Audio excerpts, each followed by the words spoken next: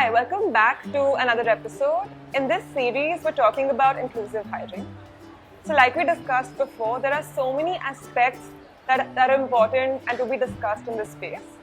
So, today, we're speaking to Sonali, who's the director of Soul's Arc, and hopefully, we'll try and identify the gaps and what all is needed to make inclusive hiring more accessible and scalable.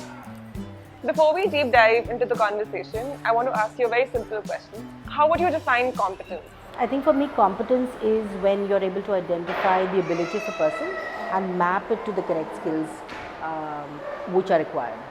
Competence is not a single statement. It has to be mapped or understood in relation to what the output is or what you want, what is the job that the person should be doing. Do you think that people who are differently able, because they're often labeled with a disability, sometimes that masks their competence and they're seen as incompetent? I think it's also a mind shift. I think the moment an employer or someone who's not aware about disability thinks about someone with disability, I think that's the first thing that comes to mind, that the person is not able or has lesser ability as the other person. So I think it's a huge mind shift to even understand the fact that someone with disability can have not just a similar ability or as able as you are, but even better in some cases. Yeah. When we say it needs a mind shift in organizations, can you tell us a little bit about who do you think can bring about this change and what is the role of leadership in these organizations to do that? So I think from a sector perspective, when it comes to employing people with disabilities, and I'm going to specifically now talk about autism and intellectual disabilities, because there's a lot of work already being done in visual impairment, hearing impairment, as well as physical disabilities, and many NGOs like Enable India, Vishesh are doing a fabulous job around that, right? And of course more can be done, but I think there's at least some movement along that line, and a lot of organizations, there are some proven models, there are already some organizations incorporating this population within. And there's something happening. But as far as employing individuals with autism and intellectual disabilities is concerned, the ratio is very low. In fact, I was trying to do some study and understand how many of these individuals are actually employed. And just from an informally speaking to some of the experts in the field, what we identified is that there are less than 50 individuals across the country today who are employed and who are in the spectrum and who are identified. There may be others who are not identified and in the workforce, but from somebody who's been identified with autism or intellectual disabilities, and you try and track how many of them are in the open workforce, it's as low as 50 people in the entire country, and that's ridiculous. That's insane. Yeah, that's insane. I was just completely shaken with the numbers. So the need, and it's not that the population cannot be incorporated. I don't think we have, as a sector, and as professionals working with these individuals, I don't think we've understood the needs of the employer to say here's where our young adults can fit. Sure. So I want to talk more about why the numbers are so low. Do you think people are scared of the cost factor? Do you think that's it? Or what are the reasons why we've not taken up to this? I think we're so far behind from even reaching the employer space. So number one, there are no certified or recognized courses for individuals with autism and intellectual disabilities which exist in India today. There is no mapping of understanding what are the kind of jobs that this population can do. There is no recognition of the fact that you will need special accommodations, and what are those accommodations for this population to be able to fit. What is the readiness of individuals to be able to get into the workforce? So we are far away from even getting into in front of the employer's door and saying, hey, give us a job. I think there's a lot of homework to be done. There's a lot of work that needs to be done as a sector to standardize and make sure that we are producing or we are coming out with individuals who are employable. It's not that the organizations will not open their doors. There's just a big gap, like we're very far behind. So how do you think we can facilitate this entire process better? What do you think organizations need to do to be more ready to get their trainers and learners hired? So I can tell you our experience in terms of what we've done, and I think that is one of the ways you can do it. I'm sure other organizations can think of other ways to do it too.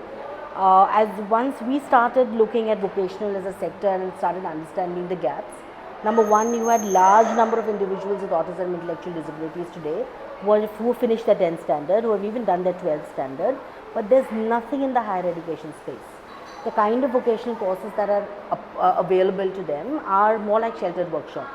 So they'll make candles, they'll make agarbattis, and I think somewhere as a sector we need to recognize that's not employment. We are keeping them occupied, and I understand the fact that it is essential for some children, but a large population, more than 80 to 90% of the population can get into the open workforce. So where's the gap? Right? We don't have enough models that encourages individuals with these disabilities to be integrated and receive or get the appropriate skill set which is mapped to the industry needs. So I think as we started understanding what the problems were, I think one of the first thing was, do we understand the sectors? Do we understand the space, the corporate space? Right? And I think that's where our first study started, and we started looking at which of the different sectors our population can be employed in. When you look at someone who's done their 10th and 12th, and that's the larger population as compared to the number of graduates that will be coming out from this disability. Yeah. We also understood that means you have to look at jobs and sectors where this qualification is acceptable. Right? We can't say I want my individual to be a software engineer. You need certain qualifications for it, you need certain certain experiences for it, and if that's not available, the industry will not take that in. So the entry level has to be correct, and then we can work through the rest of it. So for that, I think retail and hospitality are two sectors which we identified, but we also had to understand these sectors more in depth. Right? We didn't know anything about retail, we didn't know anything about hospitality. So here's what we did. We looked at two kind of partners. Number one is an academic partner. How can we understand what is the content that needs to be taught to the child? Number two is an industry partner. Can we test out what we are building within the industry? Because we all know that even from a higher education perspective, they're really not ready for the workforce, right? So just relying on an academic expert to be able to give you content and saying, okay, listen, my adult is ready for taking the job up, will also not work. So for each of these two sectors, we created these partnerships and went on ground, looked at the content which is available, went on ground and tested every single thing with the population that we were working with. So if it says that, within the retail sector that you have stocking, right? What does that mean? Yeah. Can we take our individuals and see what are the challenges during that stocking that actually happen? Yeah. Because you can't sit and imagine over here that this is possible or this is not possible. Yeah. So that's really what we did. So about 2 years of work, I think, just went in understanding what's the kind of model. We then set up an expert committee which consists of the government, that's the SCPWD, the sector councils, because for accreditation and assessments, you need the sector council. So for example, with retail, you have RASI, Retail Association of India. The next one is, so we have the government, we have the sector council, we have the industry experts, and we also have NGO partners. So we created a network of this, and we said, listen, we're getting on this journey, but we want it validated by you. Because doing something in isolation is not sufficient. They have to say this is okay, and we will accept individuals coming from this framework. So we need to, what we actually try to do is bring everybody together in one room and talk about the issue. Everybody has an intent to do well. And that's what we've seen from the industry, and surprising because we work in the education space and in the vocational space now. The industry is far more open than education is today, which is very surprising. Yes, absolutely. You wouldn't think like that, and I'm still surprised of how that's even possible. Yeah. But that's the fact. They're far more open to diversity than education sector is. That's so promising to hear. At least that gives me hope that if we start working towards this goal, it's possible. It's very interesting what you said, that everything needs to be put together. You need to start early on, and you need to identify the various components of the whole ecosystem, right? And not just like focus on one and try to achieve something. And that goes for anything, not just, and it goes for the neurotypical workforce as well. When we were preparing for jobs, I remember we wanted to understand what we're applying for. Do our skill sets match to that particular job? What are the other associated skills we'll need with that, right? So like you said, it has to be done in a synchronized, organized manner. Employment is not charity. and we can't look at it as charity. It's a lifelong commitment for both the employer as well as the employee. So you have to make sure that you are in the appropriate setup, that you have the skill set to be able to function in that setup. You can't be a piece of the furniture who's just there because there is a diversity quota or that the company has a mandate. That just doesn't work for anyone. You know, so unless and until you, because you want happy employees, you know, and you want all our young adults who've been in protective environments so far to be able to experience what it is like to be in the open workforce. And I mean, I'm always surprised by how there are so many similarities in the neurodiverse workforce and in the neurotypical workforce, right? We also go out from a very protected, sheltered environment, from our home to college and then to the workforce. And every time you take a new step, it's a lot of work. So even when we do our small internships, the idea is to give ourselves exposure to a much larger environment that we've never experienced before. And I think that's important to understand that employing a person with disability is not different from a neurotypical employment. If you're going to put in so much efforts for getting a job, they would need double the efforts to get a job. So are we putting enough efforts, even in terms of experiences, in terms of the exposure? Do they know how to give an interview? Do they know how to write a biodata? Do they know how to listen to instructions and follow them in the classroom? Do they understand that if they're not going to work tomorrow, they need to inform the concerned person? There are so many parameters which need to be there, and for that, only thing that works is real life exposure. So I think when we started designing our program, one of the big loopholes that we saw in the existing structure is that there are single sector programs, right? So you'll say, okay, I have a bakery program, and everybody will herd on there, and whether the person likes bakery or doesn't want to do bakery doesn't matter, because that's the only available part, right? So which is why in the model that we created, we said it's a 3-year associate degree program. And what does that mean? It means you expose the individuals to different sectors. So we have 4 sector exposures. We have retail, hospitality, IT and education, and they go through the experiences, learnings, content as well as internships for all of them. That's amazing. And I think that we've seen our young adults bloom in that process. So one child goes for All the 4 sectors, because you want to give them choice. It's not about what you think is right for them, it's about what they think is good for them and what they like to do. They're not going, our young adults are, you know, in a sense very innocent. They will work or they will be somewhere because they like to be somewhere. You can't force it in. You know, it's not like, I think with neurotypical adults, you still force yourself and I have to earn my, you know, bread and butter and I will go and do that. But no, not for individuals with autism and intellectuals.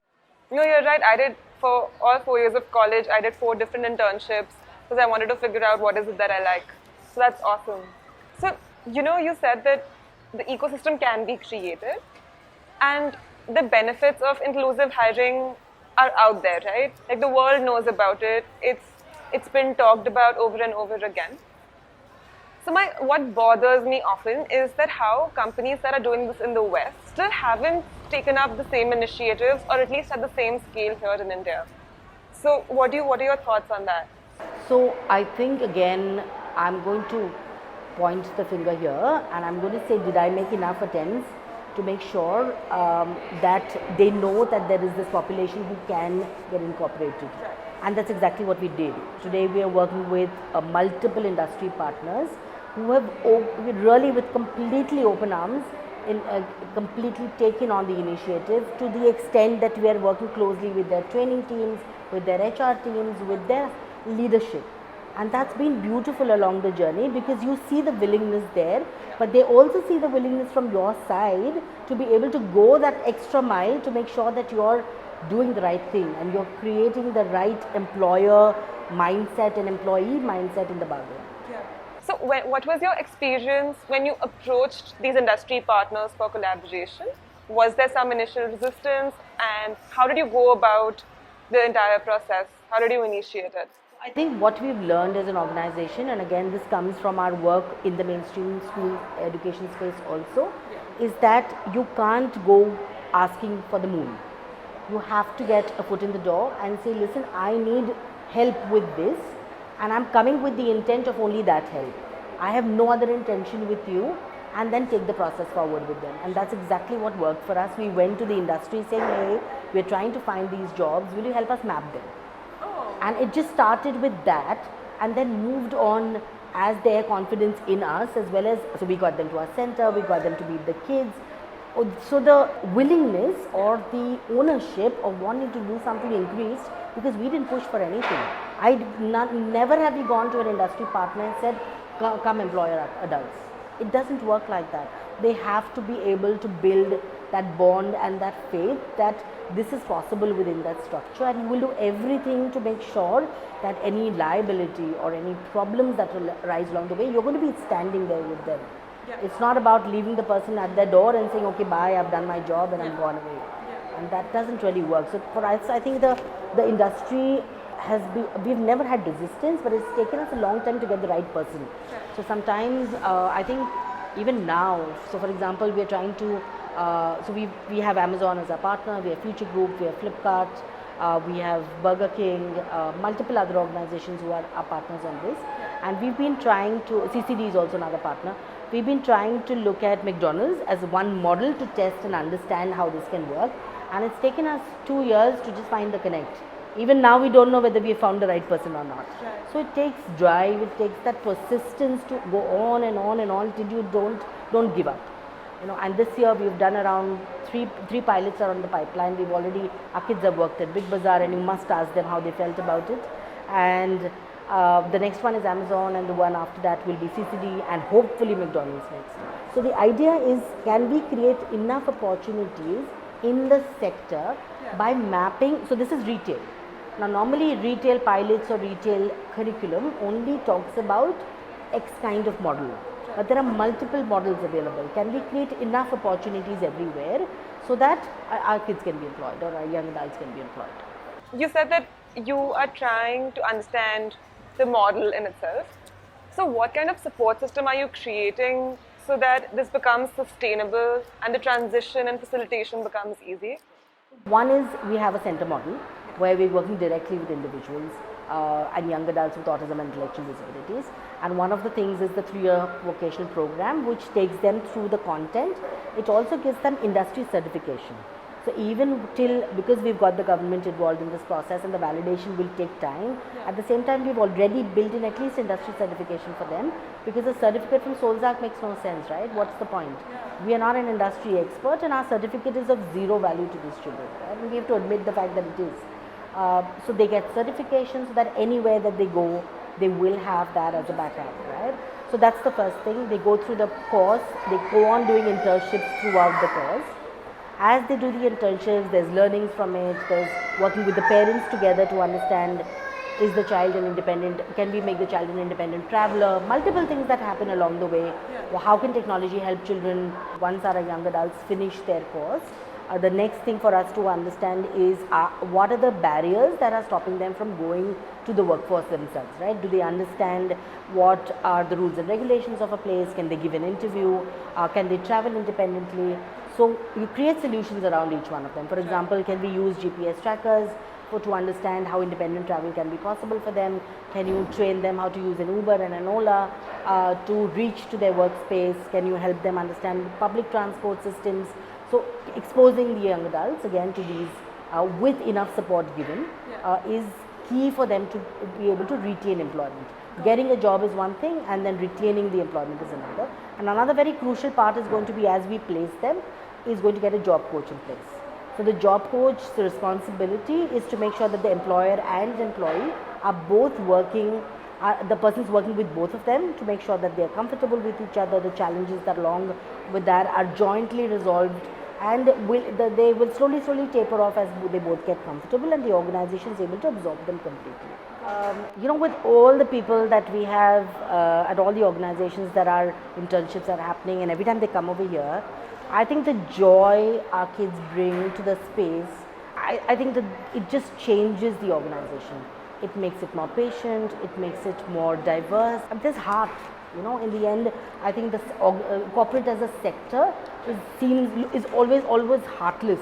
So the employers and the rest of the employees are also have got into that routine of doing everything day by day. But the moment our young adults enter the space, it just changes for them, and I think it's just been a joy, and that's the feedback we've got from all of them. They miss it when they're not, the kids are not there, and they call us and they, when are they coming? You know, I think just the joy of having people different from you and having that patience and that bond and the love for it is more than enough and more than worthwhile than any other productivity that you can think of. That's true.